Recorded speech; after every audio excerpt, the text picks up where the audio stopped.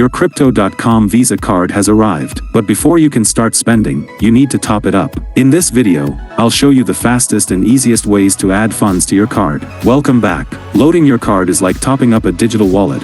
It's quick and gives you instant spending power. The most common method is to top up with your Crypto.com app wallet. Go to the card section, tap Top Up, and select the currency, like USD, Euro, or SGD. You can then choose which crypto or fiat balance in your app wallet to use for the top-up. It's near instant and fee-free. You can also top up with a debit/credit card or via bank transfer directly to your card's fiat wallet. However, the simplest and most integrated method is using the crypto assets already in your app wallet. A key pro tip: for the best experience and to avoid selling your long-term holdings, consider selling a small amount of crypto to your fiat wallet first, then topping up the card from there. This gives you more control and helps with budgeting. Your card is now funded and ready to earn you cash back on every purchase. It's that simple. Wondering how to convert your crypto profits back to cash? We'll cover that in our next guide. See you then.